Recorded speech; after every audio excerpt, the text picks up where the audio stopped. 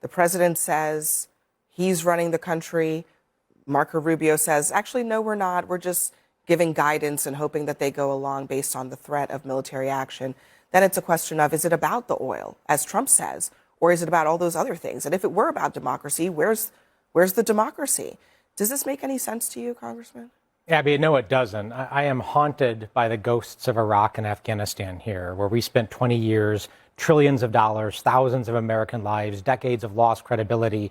And the American people have had enough with interventions like this. They've had enough of nation building. They've had enough of focusing on things other than the cost of living, the cost of housing, the cost of health care.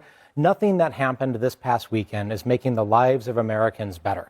Right. And if you want to talk about drugs, which is a huge problem, by the way, a huge problem, it's devastating and it's destroying our communities and our children. It's fentanyl that's largely driving that, not cocaine largely, but fentanyl. And fentanyl does not come from Venezuela. Yeah, I think it's obvious that the administration is talking out of both sides of its mouth. If the Secretary of State says we're not running it, and the UN ambassador says we're not running it, and then the president says we are running it, obviously they're not on the same page. And so the fact that we've taken this very risky, very aggressive move to arrest a foreign leader and then determine that it's our job to determine the political and economic future of this country with 0 people on the ground and we can't even get our story straight is not a good sign. We're in day 3 of this thing and it's a total mess. Okay, and anyone who's being honest has got to admit that it's a total mess.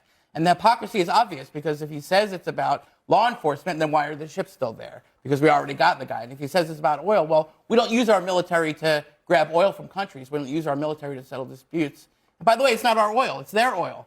Okay, it's the Venezuelans' oil. And if they violated a contract, then that's not what the U.S. military is for. Let me just so it's kind of a disaster, to be honest. This isn't about drugs.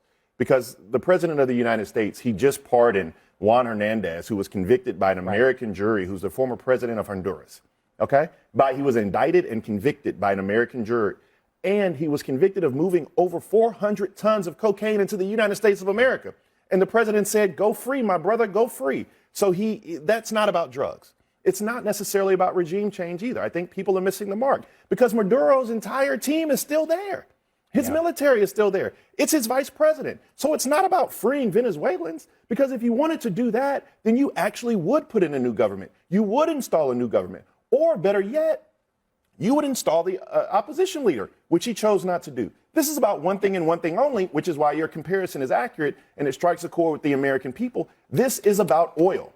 This is about oil and dollars. And I'm tired of the president of the United States. He chooses Caracas over rural health hospitals. Right? He chooses Venezuelans over soybean farmers. So, he chooses everybody else over America.